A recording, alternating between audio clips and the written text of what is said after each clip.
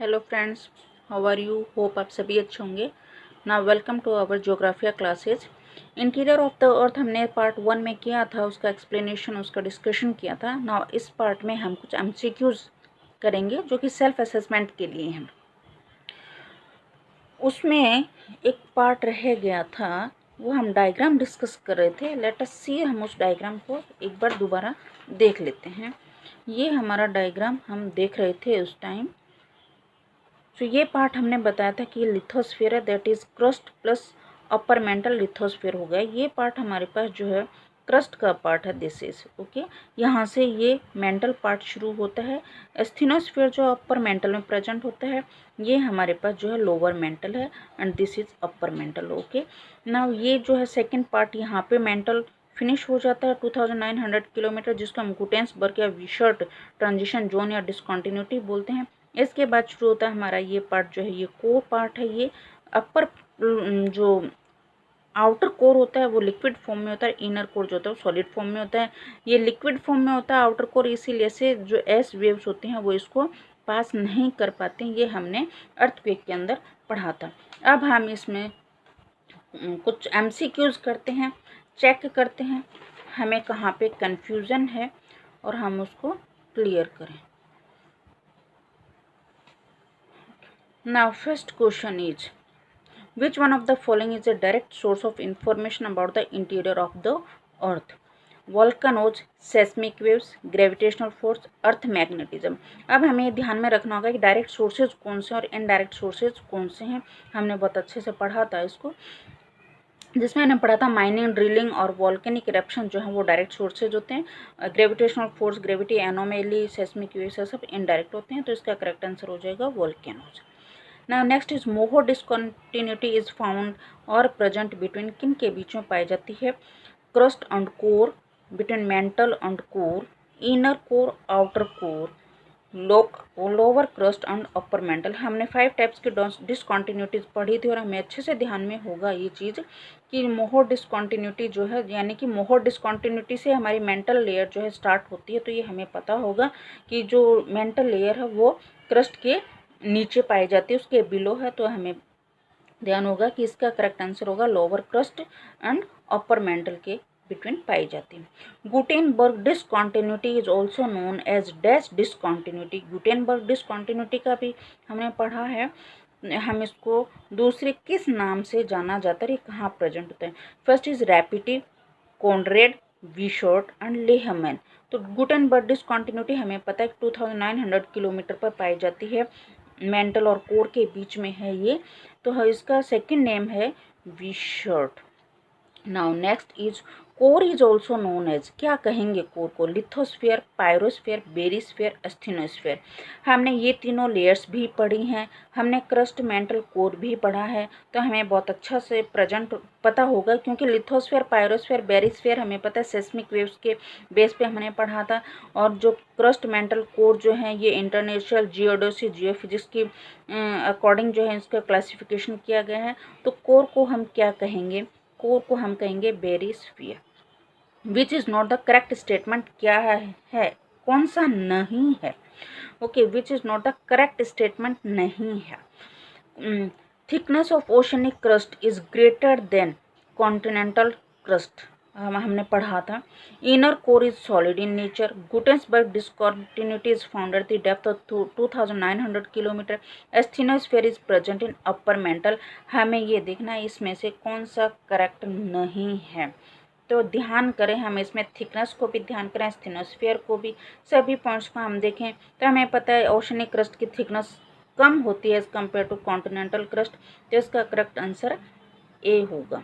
Asthenosphere upper mantle में ही present होता है, क्योंकि लोअर मेंटल एस्थेनोस्फीयर के नीचे प्रेजेंट होता है। Next, rate of increase in temperature towards the centre of the earth. Centre of the earth move करते हैं तो वहाँ पे जो है टेम्परेचर इंक्रीज होता है। लगभग 5500 आसपास जो डिग्री सेल्सियस जो टेम्परेचर कोर का पाया जाता है। तो किस तरह से इंक्रीज होता है? 1 डिग्री सेल्सियस पर 32 फीट, 1 डिग्री सेल्सियस पर 165 मीटर, 1 डिग्री सेल्सियस पर 165 फीट और 1 डिग्री सेल्सियस 32 पर 1 डिग्री सेल्सियस पर 32 मीटर किस तरह से इंक्रीज होता है, इसका हमें पता होना चाहिए।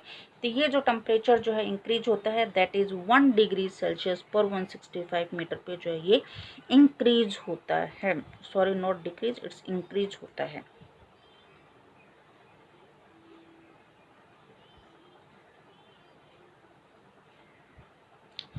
Next is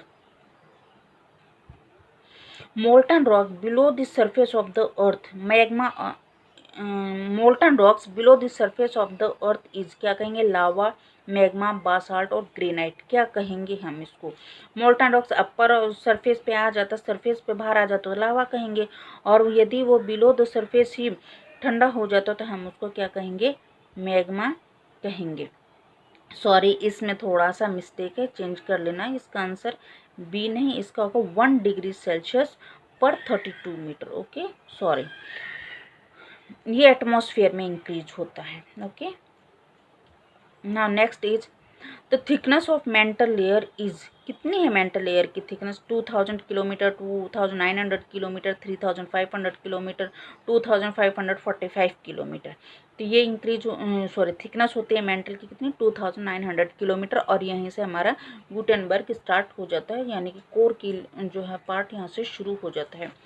next question, the correct sequence of internal layers of the earth from top to bottom, चाहे बाहर से अंदर की ओर जाते हैं हम तो इंटरनल लेयर का सीक्वेंस कौन सा करेक्ट होगा, सीमा, सियाल, नीफे, नीफे सियाल, सीमा, सियाल, सीमा, नीफे, सियाल, नीफे, सीमा। हमें पता होना चाहिए कौन सी लेयर को क्या कहा था श्वेत महोदय ने, बाहर कौन सी, उसके बाद कौन सी, उसके बाद कौन सी, तो हमें थोड़ा सा ध्यान करना पड़ेगा। उसका करेक्ट आंसर क्या होगा, सियाल, सीमा एंड नीफे।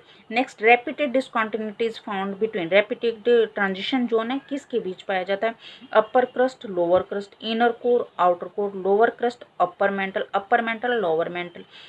हमने एक इसमें थोड़ा सा वैसे ही लर्न करने के लिए ट्रिक बनाई थी, that is known as mister यानी कि मेंटल के बीच होगा, that is upper mantle and lower mantle. Next is the core is made up of nickel and, core के अंदर क्या है जिसकी वजह से उसमें मैग्नेटिक पावर है, दूसरा एलिमेंट कौन सा, copper, magnesium, aluminium and Ferium, that is the correct answer is Ferium, हम इसको आयरन भी कहेंगे। नेक्स्ट इज ग्रेविटेशनल फोर्स यानी कि ग्रेविटी इज ग्रेटर एट, कहाँ सबसे ज़्यादा होती है, equator, poles, tropic of cancer, tropic of capricorn. तो इक्वेटर पे तो मिनिमम होती है और मैक्सिमम कहाँ होती है, पोल्स पे। Which one is not the indirect source of information about the interior of the अर्थ, पहला क्वेश्चन था डायरेक्ट सोर्सेज का, यहाँ पे सेकंड ये क्वेश्चन पूछा है इनडायरेक्ट सोर्स नहीं है, meteors, magnetic source, seismic wave, rocks from mining area. हमें ध्यान में होना चाहिए कि डायरेक्ट सोर्स कौन कौन से थे और इनडायरेक्ट सोर्स कौन से थे, तो इसका करेक्ट आंसर होगा rocks from the mining area. On the basis of seismic waves interior of the earth is divided into, किस में डिवाइड किया गया, lithosphere, hydrosphere, pyrosphere, barysphere, pyrosphere, biosphere, biosphere, atmosphere, lithosphere, lithosphere, pyrosphere and barysphere. तो हम ध्यान करेंगे तो हमें ध्यान में आ जाएगा, सेस्मिक वेव्स के बेस पे जो इंटीरियर ऑफ द अर्थ है it is divided in 3 layers, lithosphere, pyrosphere and barysphere. Choose the correct option according to density के according, sial, sima, nife, sial, sima, nife. हमें ये पता है कि हम आउटर सरफेस से इनर सरफेस की ओर जाते हैं अर्थ के, तो हमें पता है कि डेंसिटी इंक्रीज होती है, तो हमें लेयर ध्यान में है तो हम डेंसिटी को बहुत अच्छे से कर लेंगे। सियाल इस सीमा, नीफे, सियाल, सीमा, नीफे, हमें इनमें जो मेन जो हमें ध्यान रखना है वो हमें इनके साइन का ध्यान रखना है कि यहाँ पे हमने जैसे देखें सियाल की डेंसिटी ज़्यादा बताई, सीमा की कम है, फिर नीफे की ज़्यादा, ये बात ठीक है बट ये यहाँ पे रॉन्ग है, तो इसलिए हमें साइन का ध्यान रखना है, लेसर और ग्रेटर का। तो इसका करेक्ट ऑप्शन क्या जाएगा, सियाल की डेंसिटी कम है, उससे ज़्यादा सीमा की और उससे ज़्यादा नीफे की है, so it is this. Next is magnetic power is present in crust, mental, core और लिथोस्फीयर, कहाँ पे पाया जाएगा मैग्नेटिक पावर, हमें पता है कि आयरन और निकल कहाँ पे प्रेजेंट होते हैं, कोर में, तो मैग्नेटिक पावर कहाँ होगा, कोर में। Sial, sima, nife layer of earth interior was given by, किन्होंने दी थी ये, Daly, Arthur, Edward Suess and Morgan, ये किसने दिया था, ये क्लासिफिकेशन किसने किया था सियाल, सीमा और नीफे का, ये किया था एडवर्ड स्वेस महोदय। Which is the correct sequence of internal layers of the earth, pyrosphere, lithosphere, barysphere, lithosphere, barysphere, pyrosphere, lithosphere, pyrosphere, barysphere, pyrosphere, barysphere, lithosphere. हमें सीक्वेंस बताना है, फ्रॉम टॉप टू बॉटम है और ये सेस्मिक वेव्स के base पे है, तो क्या होगा इसका करेक्ट आंसर?